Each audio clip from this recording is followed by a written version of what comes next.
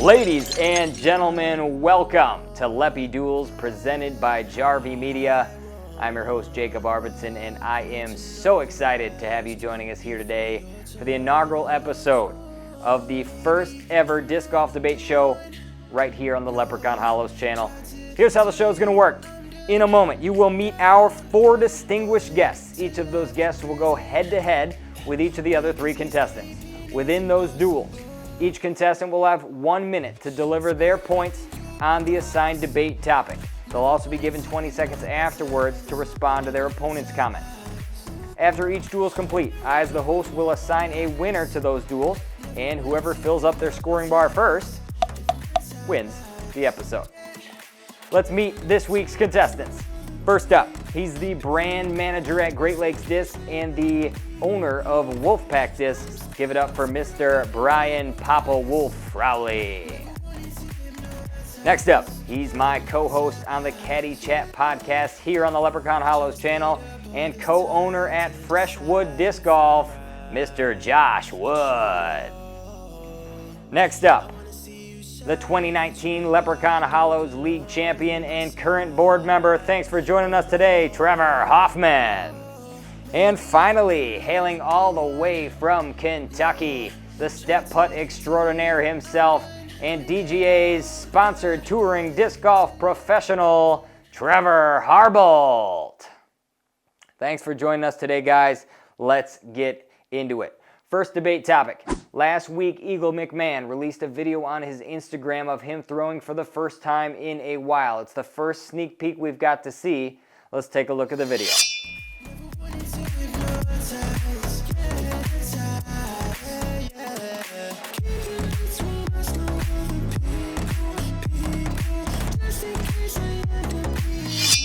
Brian and Josh, you're up first. What are your thoughts on Eagle? First of all, every time I see Eagle McMahon throw, I'm reminded of how not built I am like him. He's just smooth. I love it. I personally think that he's going to come on this year and just perform at a level that we expect him to perform at, which is in that top 5, top 10 range. He's an unbelievable athlete. He's still really young for an athlete, for a disc golfer. He's got that length. He ended last season with a win. He won a major last season. Yes, he had injuries. Yes, he missed a lot of time, but I still think he's one of those top 10 athletes. I'm really excited to see what he does this weekend at Goat Hill and then following that up at LVC on the 2 more wide open courses. See what he does, especially at the 300 range when he would normally throw a forehand. Does he go lefty? Just really excited to see what happens and wish him the best of luck this season. All right, Josh. Yeah, I hope I don't have to disagree with that because that's exactly what I think. His form maybe looked a little tight in that reel, but he's still going to outplay anybody out there when he's at, 90%. So I have a lot of confidence that he's going to do well. Eagle's one of the best disc golfers to ever live, in my opinion. And I think if he'd have stayed healthy all this time, he'd be pretty hard to beat. Last year, he won 3 out of 8 events that he played. His career winning percentage is 25%. So out of 200 events, he's won 53 times. While he was injured, he taught himself how to play left-handed and then went out and crushed it left-handed. Like Brian said, he won the European Open. I think he's as dedicated to his craft as anyone else in the sport. And when he sets his mind to something, he accomplishes it. I think he's going to come out swinging at Goat Hill and have very few hiccups throughout the year. I think Simon and Eagle are back. All right, tough to argue with those, especially since there's a lot of similar points. Brian, anything to add in your 20-second rebuttal here? I don't have anything to add. Your statement of Simon and Eagle is back is a weird way to end that whole statement. But besides that, go Simon, Eagle. More importantly, go Kyle. Yeah. Josh? I added Simon in there because of my bold prediction that he's going to win Worlds this year. I think it's going to be the year of Simon and Eagle, and I'm excited to watch it. Awesome. So I'm going to give the point for this particular duel to Brian. So Brian's got 1 here. And that brings us to duel number 2, which is obviously going to be between the 2 Trevors, Harbolt and Hoffman. Lone Star Disc. They made a lot of big signings, a lot of big splashes this offseason. What did you guys make of it? Harbolt, go ahead and take it away. I mean, it's just like Prodigy, a few years ago, Prodigy made a big splash. They went out and grabbed all the big names, everybody they could think of, and then grabbed a street team and put, hundreds and hundreds of amateurs and local pros on their street team to get all their product out there quicker so everybody could see it. And that's the same thing I think that Lone Star is doing and has done. They made a big splash by signing a bunch of key people that are great disc golfers or up and coming prospects. And they're signing a whole bunch of amateurs and local pros to get their product out there. It worked for Prodigy, and it's probably going to work for Lone Star. So that's the way I see it. Beautiful. Hoffman? Yeah, going with what Trevor said, I totally agree. I think some of the big moves that they did, with Nico signing with them, that was absolutely huge. Love him or hate him, I think that he sells plastic. And that's what it comes down to, especially for a new company, is you gotta get the ball moving. So I think signing somebody like that gives you that opportunity to really move your plastic. I know, especially, a few years ago, there was a lot of problems for companies manufacturing plastic. I do think that's kind of starting to go away, where there is a lot more plastic available. So if you can get a disc with somebody that you like's name on it, or an up and coming player who you want to support, I think that's huge. And then with Emerson Keith signing, being from Texas, I again think they're going to get a monopoly over that state and maybe the Southwest, down over there. So I think that's just a huge thing for them, that they have a really good chance to grow. Harbolt, anything to respond to? Yeah, for sure. Like you said, signing Emerson, probably one of the best players in Texas, biggest name in Texas. And then you have all these other guys like Nico and Chandler Kramer, who's also from Texas. I mean, you've got a lot of really big guns coming and signing to put their name out there on a plastic and get all their fans to buy their plastic. So I agree 100%. I think they're doing the right thing. Hoffman? Yeah, I think going off like kind of what Harbolt said, I think that they're kind of following the business model of Prodigy from previously, and I mean they've shown that it works. They have some great players who are all really young too that have upcome, so I think that they're just following that model, and it hopefully will work for them. Absolutely. Harbolt, I love that you brought up the Prodigy example. I think that is a perfect comparison to what they're doing. We'll see if it works out for them. But because of that particular comparison, I'm going to give you the point on this duel.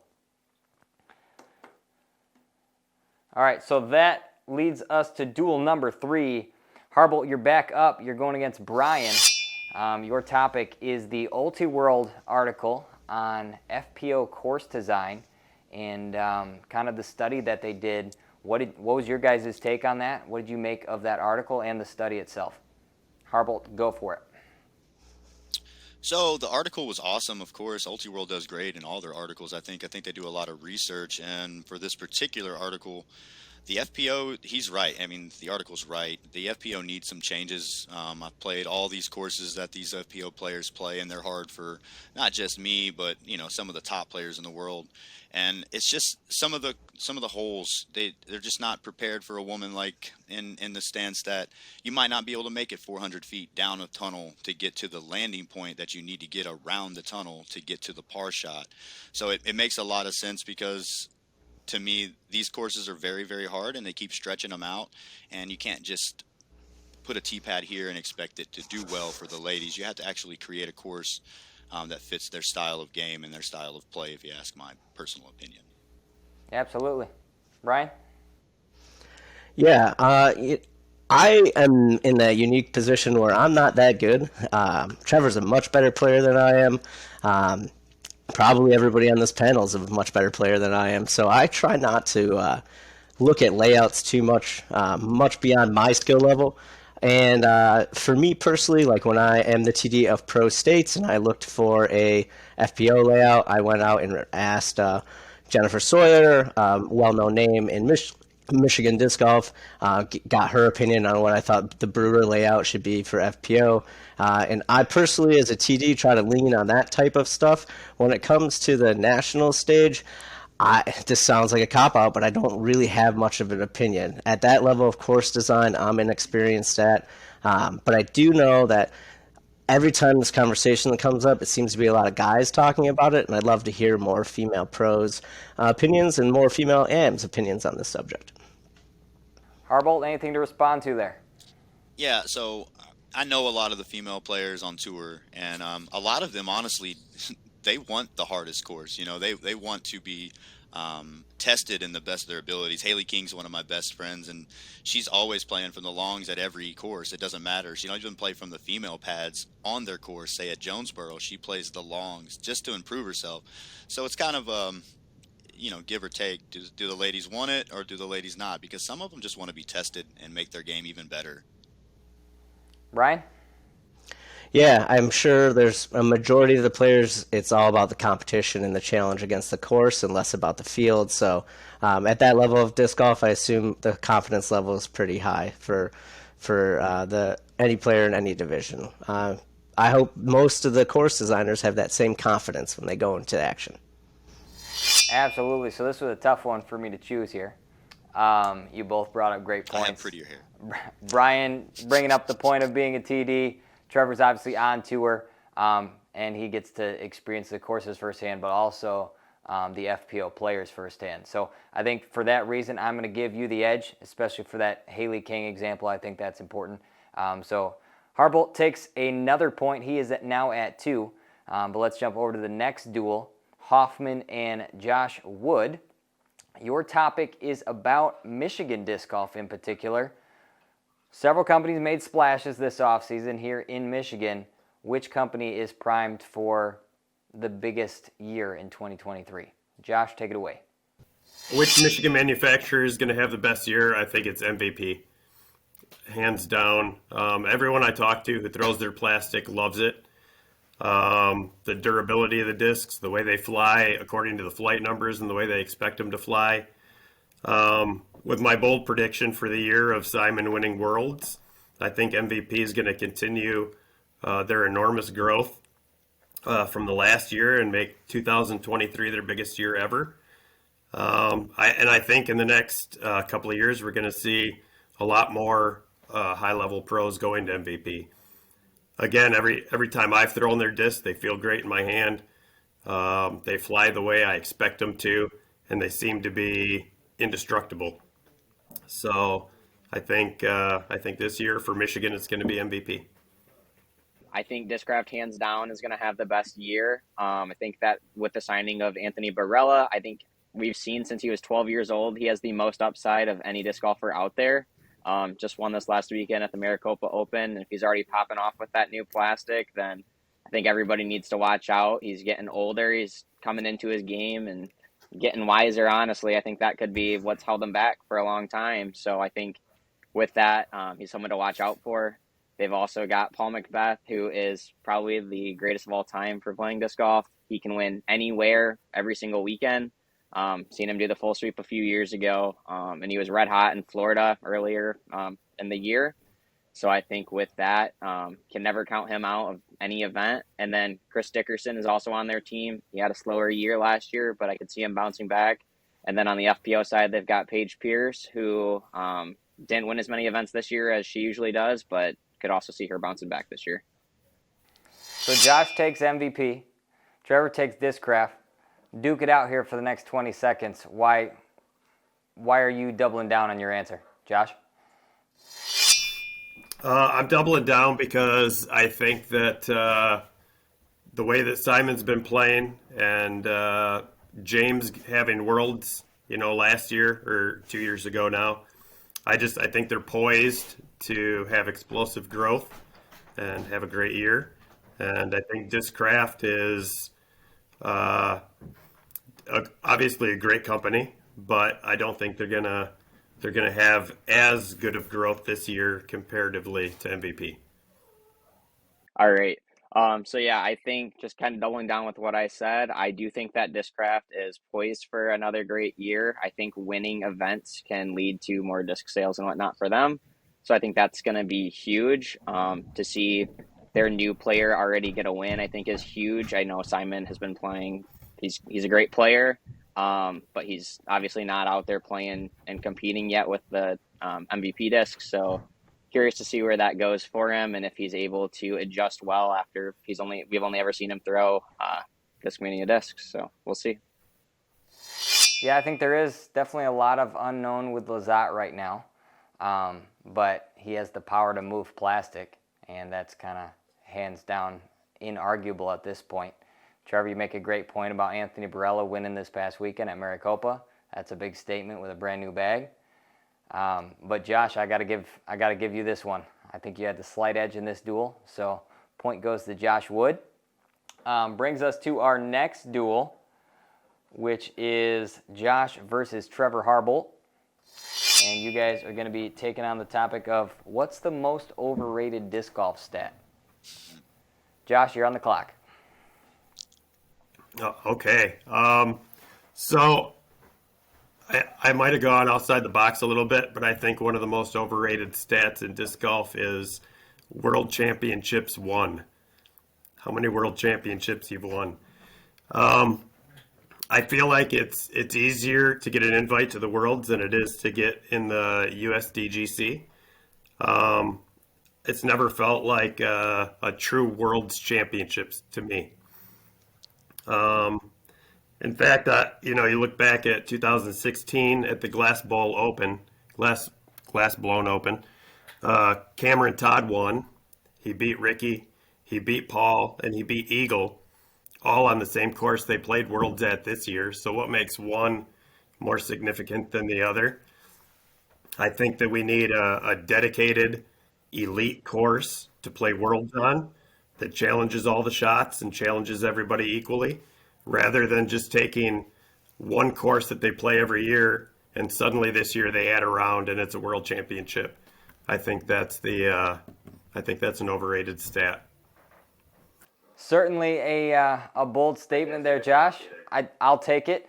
Trevor, what do you got for him? I'll come back to his stuff in a second because he's wrong.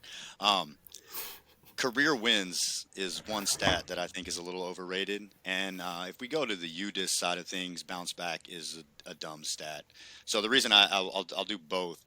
Career wins, because some people, I have one or two, where I played a league, PDGA C-tier, X-C-tier league, and they gave me the win in pro, and I have a win, but I played by myself. So I think there's people out there that have used and abused that sometimes, and they might have 250 wins, but really how many wins are against competition? So there's one stat, but the UDIS stat bounce back is sometimes when we're out there on the courses and we have a bogey, the bounce back stat is if you birdie after you bogey, but sometimes there's holes out there that you just play smart and safe on and don't really try to get the birdie because it could potentially give you a 6 or a 7. So I think those two stats are kind of overrated in my own personal opinion. Beautiful. Josh, what do you got to say to Trevor's statement? Man, if I knew we could pick more than one, I probably would have picked 4 or 5 of them. No, I think I get what he's saying about career wins. I think that could be solved by having a separate category of tour wins and some way of, A-tier wins rather than, like you said, going to a C-tier and getting a win. I think there's ways to solve that. I think the bounce back can be a good stat. But you're right, even getting a par on a hole where it's smart to get a par on can be a bounce back. So I think maybe that stat, again, could be adjusted a little bit as well. Trevor, I know you had some thoughts on Josh's statement. Oh, so I think the bounce back is a pretty cool idea. But back to your world title statement, the course isn't the same that we played. That course has been changed a few times since Cam Todd won the title. And Todd played so freaking well that weekend, it's hard to take away his accomplishment from beating the best people in the world at a really hard course that's really windy. So, sorry, that's all I wanted to say.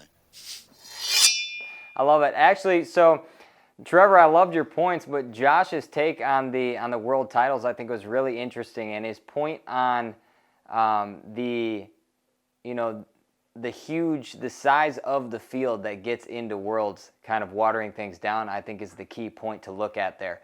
So for that reason, I'm giving Josh the win in this particular duel. So let's jump now to the final regular duel before any potential tiebreakers. Brian and Trevor Hoffman, you guys are tackling the idea of changing one PDGA rule. If you could change one rule, what would it be and why? Hoffman, you are up first. So the rule I'm going to change is the time rule. It's been a rule that's been debated plenty of times. So I think we need to get rid of that completely. Disc golf's a self-regulated sport. And I think that with that, a lot of the times you're playing a couple hour round. So I think when you change 10 seconds or however long, it's just not worth it. I also think that in order to truly call somebody for something, you can't use subjective. You have to have an objective time clock going. And most people aren't sitting there with a stopwatch on the course for timing purposes. So I just think if you're calling somebody on it, or if you were to have a stopwatch, you're doing it for the wrong reasons. When it's enforced, it's a courtesy violation. And I think that with that, it's not a penalty. It's just hurting your card as a whole. Nobody's really getting anything out of that. So I just don't think it leads to anything good for the sport, for the round, for the tournament, with all that being said. So that's the rule that I would change and just get rid of it completely. It's not worth having anymore. I like it. Brian, what do you got? So that's a great rule change. It works. It's cool. But that affects such a small, minute amount of players for our sport. A really small, minute. And we, as a sport, are growing. And our job is to continue to grow it. All of us that do anything like this, media, post, anything, have one job. And that's to grow the sport. So how can we get more people into C tiers, B tiers, and A tiers, I ask you? And that's easy. We need to get rid of one rule. It prevents many people from having an enjoyable time. And that's the beer rule. Let the average person have a beer. This is unbelievable. Why can we not go out and enjoy a frosty one? Or maybe a salty one? Or a salty one? I don't know what kind of beer you drink, but go and enjoy it. Of course, if you're 21 and the property allows it, all of those things. But think of all the money we're wasting from potential sponsors because we can't have beer. This is so dumb. The PGA allows beer. Why don't we? This is antiquated and old. Move on. Trevor, any response? No, I agree with Brian's thoughts on that one completely. So not really much to argue with that. I think just making sure you're doing it right, being 21, it's allowed at the course or the property. I agree with that rule for sure. Let them have fun. As far as the timer thing goes, like again, that affects so small amount of people. I would rather see a course official on every hole who's in charge of timing. I think that would be way more fun. We could make them like the bad people of the sport. We could boo them like refs. It would be great. I would love to do it. Brian, my clarification question for you is, are you talking like get rid of the anti-beer thing for sponsorship, or are you saying anti-beer thing, drink it on the course? Yes to both. Do I think that Paul Macbeth wants to or should be cracking a beer at Worlds? No. But I definitely think that the average weekend warrior should be allowed to have a beer. I think it would make our sport a little bit more attractive. Look at the amount of people in cornhole that is on TV, and they're holding a beverage or something because they're so used to doing that in their backyard. Let the people have a beer or a water or whatever. Just let them have stuff. All right, so this one's tough for me. I think on the professionalism side, you could make an argument against Brian's, but I do like Brian's point countering Trevor's, where, it is, the time violation rule is a rule that, in theory, I think Josh and I talked about in the Caddy Chat episode a couple weeks ago. In theory, it's a rule that really only affects a small population of the disc golfers. However, I'm still going to go with Mr. Trevor Hoffman on this one. I'm going to give you the win in this duel, which sends us into a final duel tiebreak between Josh and Trevor Harbolt. You each had 2 points. You each won 2 duels. So let's get a rematch going. Final duel between you two. Debate topic is disc golf snacks. What's the best mid-round snack during a disc golf round? Josh, you're up first. First of all, I'll say the best disc golf snack is the snack that you enjoyed the best while you're playing disc golf. Good answer. But if I need to get scientific or professional about it, I would say either jerky or trail mix. I think when I'm playing on the course and I need a snack, I generally need protein and I need something healthy. Again, if you're a weekend warrior and you're just out there to drink beers, you could have a Snickers or have some gummy bears or whatever you want. But in regard to like being in a tournament and trying to take care of myself and trying to snack the right way, I'm going to have jerky and trail mix and make sure that I'm getting my protein and having something that tastes great. Double G's not a sponsor yet, but I would happily sell his products. All right, Harbolt, what do you got for us snack-wise?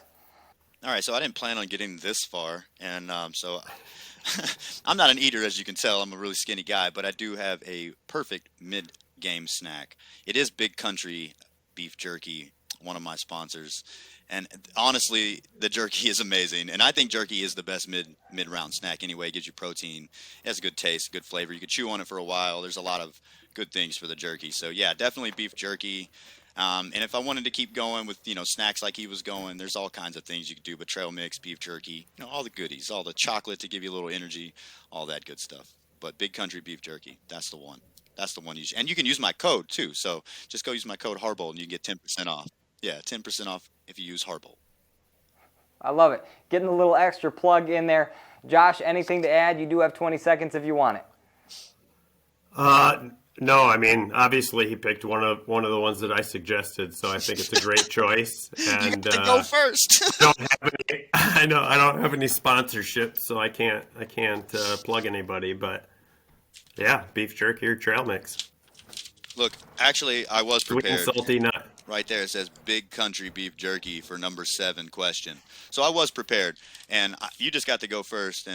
But he's right, I'm right, we're both right. Beef jerky wins. I guess it's a tie.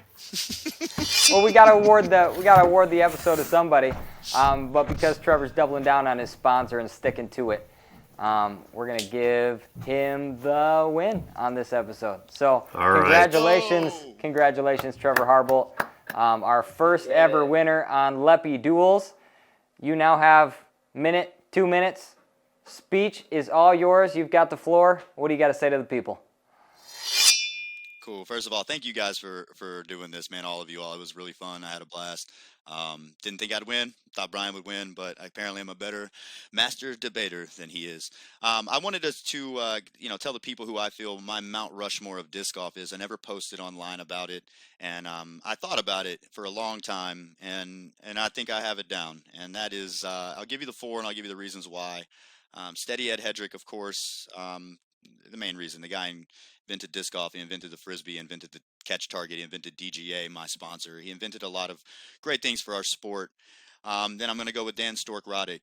That guy, from day one until this day today, is still working for the PDGA as a consultant and doing everything he can to continue to push and grow the sport forward. And I think he's just an amazing human being. Number 3 would be Paul Macbeth, for obvious reasons. He's the GOAT, and he's a man of the people. The dude sells plastic like nobody else has in this entire game.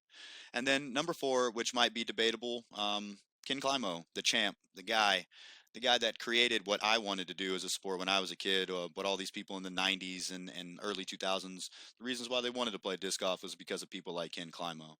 So that's my Mount Rushmore, and I don't know if you can really argue with it. So, but a couple plugs real quick. I just want to say thank you guys for doing this. Lep Hollows, you guys are always the best, man. I always enjoy playing the course, doing the skins. But check out my Facebook, my Instagrams, all that at Harbolt Trevor, and use all my codes to get some discounts. Check out Great Lakes Disc. Go get you some good goodies up there. And appreciate you guys for doing all this. Thank you. Congratulations again, Trevor. Well said. Love the Mount Rushmore idea. I think that's a great way to take your winning speech. Great direction you took that one. So thanks to all of you guys for joining us this week. we look forward to seeing all you viewers in the future for next week's episode, and we'll see what contestants we bring back. Other than that, have a great night. Thanks for joining us.